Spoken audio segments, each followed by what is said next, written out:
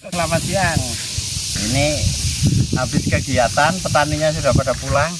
Lagi ngobrol tentang lensa sama Pak Aris. Ini dari Morse Braga datang ke sini kegiatan motret para petani yang sedang nanam bibit tadi. Pak Aris kan tiap hari nongkrong di Braga itu. Ya. Motreti saya kan kalau lewat Braga itu kan fotografernya semuanya itu orangnya segitu. Ya. Itu Pak Aris pada kenal sama fotografernya? Kalau fotografernya kenal-kenal, termasuk bos-bos yang punya bisnisnya itu langganan ke saya. Oh, iya. Ini ahli servis di Morse Braga, jadi banyak kenal. Itu sekarang jasa yang di Braga itu kalau fotografer kayak apa sih Pak? Di Braga ini mereka tuh pinter memanfaatkan momen. Momen ya, momennya gini, itu kan banyak orang lalu lalang, ya Gen Z lah. Ya otomatis kan lebih senang difoto. Sudah mulai ada kejenuhan foto pakai handphone, selfie itu mulai bosan. Akhirnya si yang pebisnis itu pinter, bikinlah foto booth. Nah, kita masuk kotak, kalau dulu masuk kotak, sekarang nggak selalu masuk kotak. Kita nongol aja gini di foto-foto, itu keluar hasilnya dia pinter. Kemasannya dibikin semacam kayak koran, kayak surat kabar. Ah, gitu. Oh, jadi seneng kan? Oh, aneh ini masuk koran. Bukan foto natural saya sedang berada di Bandung gitu, bukan? Udah jarang. Awal-awal gitu. Ah. Jadi si fotografer tahu spot, ini background yang bagus tuh di A, di B, di C. Nah, sekarang mulailah muncul si pebisnis ini, dia tahu momen. Akhirnya bagaimana caranya ini bisa jadi rame. Bikinnya beberapa titik foto booth. Itu kalau dihitung mungkin berapa puluh sekarang. Bingung saya juga. Itu teman-teman yang tukang potret itu ya, maksudnya fotografernya itu rata-rata anak muda atau tua? Pemotretnya muda. Muda. Seusia ini ya. Kamu fotografer Braga enggak? Enggak.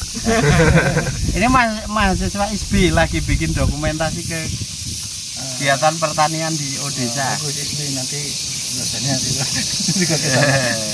ISB itu maintenance-nya termasuk ke saya juga. Kalau kameramu rusak dan semoga sering rusak supaya Pak Aris dapat pekerjaan. Ada itu kan dari bironya pasti ke saya. Kalau yang rusak SB itu. Nah, cocok kalau ketemu Pak Aris itu yang masih hobinya pengen kamera bagus, nawar dan harganya murah ke Pak Aris. Pak Aris itu sering dapat kamera-kamera yang harganya murah dan tanggung jawab kalau rusak. Tukang servisnya sekalian. Itu Pak, jasa fotografi di Braga itu seberapa hasilnya? Untuk ekonomi itu biasa saja, bagus atau sangat bagus? Untuk sekarang sangat bagus. Sekarang itu dalam arti tahun ini atau? Ya dalam setahun ini saya lihat tuh peningkatannya sampai orang tuh mau difoto aja kayak ngantri makan prasmanan. Oh gitu? Ngantri. Yang di pinggir jalan itu yang ada bok-boknya itu? Iya, itu tuh ngantri kayak ngantri makanan. Tapi sekarang mulai berpencar karena bok-boknya itu udah bikin beberapa spot. Yang sering difoto itu orang luar Bandung atau orang Bandung? Lebih banyak orang luar. Oh ya. Orang Bandungnya banyak, tapi yang udah lebih ngetren lah hasil akhirnya yang tadi kata saya tuh dicetak keluar hasilnya kayak surat kabar gitu. Itu tarifnya berapa sih Pak? Nah saya kalau itu kurang hafal ya, tapi yang hafal itu yang per expose ada dia jual 5.000 tanpa cuma 5.000 ya, tapi file aja dikirim ke handphone bawa kayak OTG. Oh iya. Nah, sekarang yang si pebisnis ini bos ini dia pinter. Wah ini biar jangan 5.000 mungkin 40.000 mungkin 50.000 atau 100.000 mungkin ya. Ada hasil akhir cetak. Nah, cetaknya dalam bentuk apa itu? Kalau percetakan kayak gitu kan ya minim. Ya itu dia udah nggak bicara kualitas. Yang penting kecetak. Terus unik.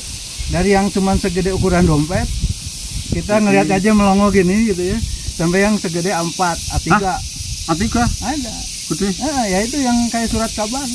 Keluar kertasnya yang jangan bicara kualitas, yang penting ada gambarnya, ada foto. Nah, coba nanti Pak Agus difoto.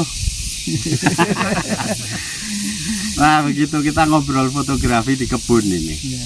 Teman-teman yang kepengen motret di sini ya bareng-bareng Yayasan Odesa, ada macam-macam supaya nggak motretin trotoar sama tembok sama plang petunjuk jalan paling gedung kuna dan kendaraan. Kalau di sini motretnya ya terutama yang makro, nanti banyak hewan-hewan kecil di sini Banyak sekali. motret. Tapi saran saya kalau motret di daerah seperti ini jangan pakai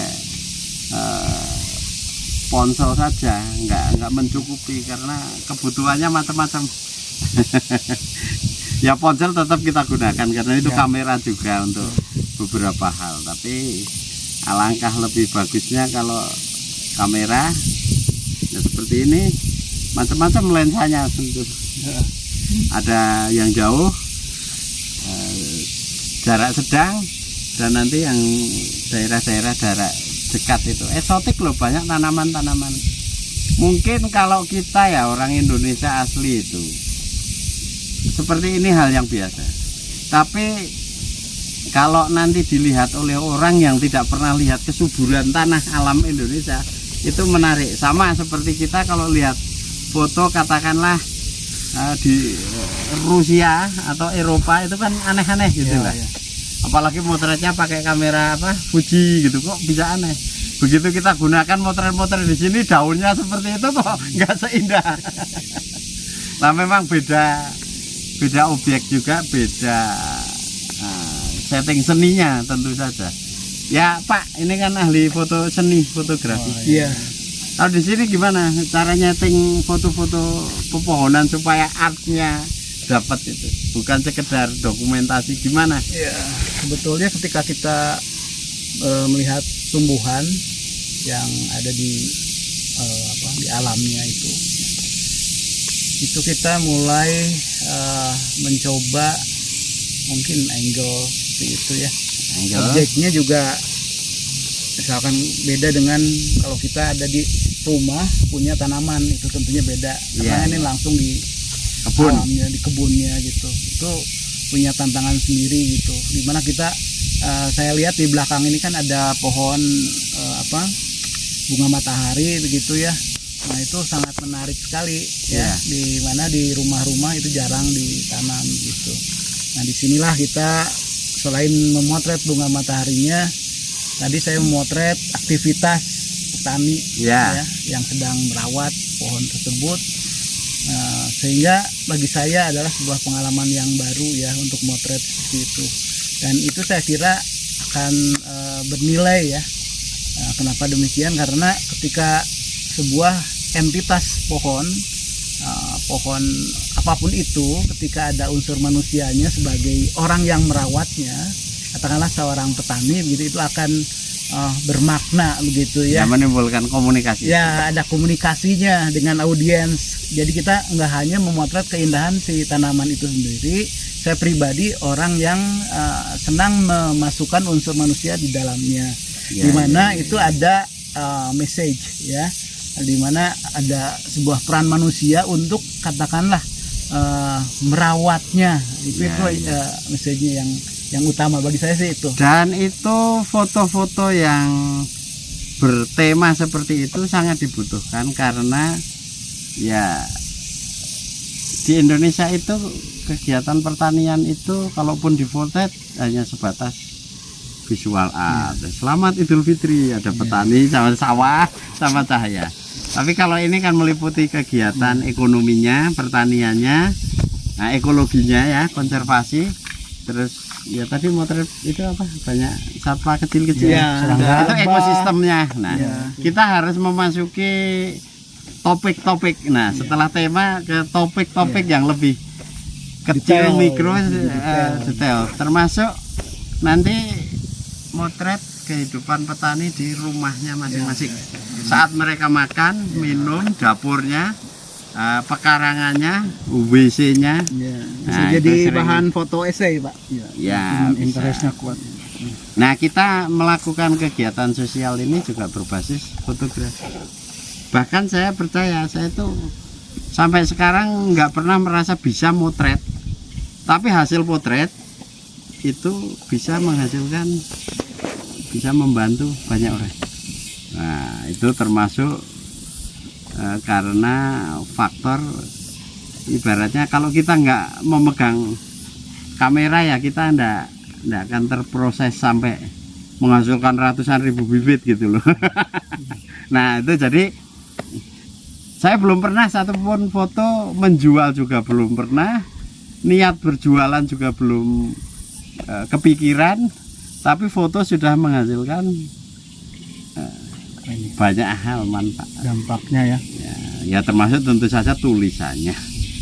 Kalau omongan kan saya nggak pinter ngomong, dan tanpa saya ngomong pun cukup tulisan dan foto yang kita sebarkan ke media massa dengan segala kegiatannya menghasilkan, Pak.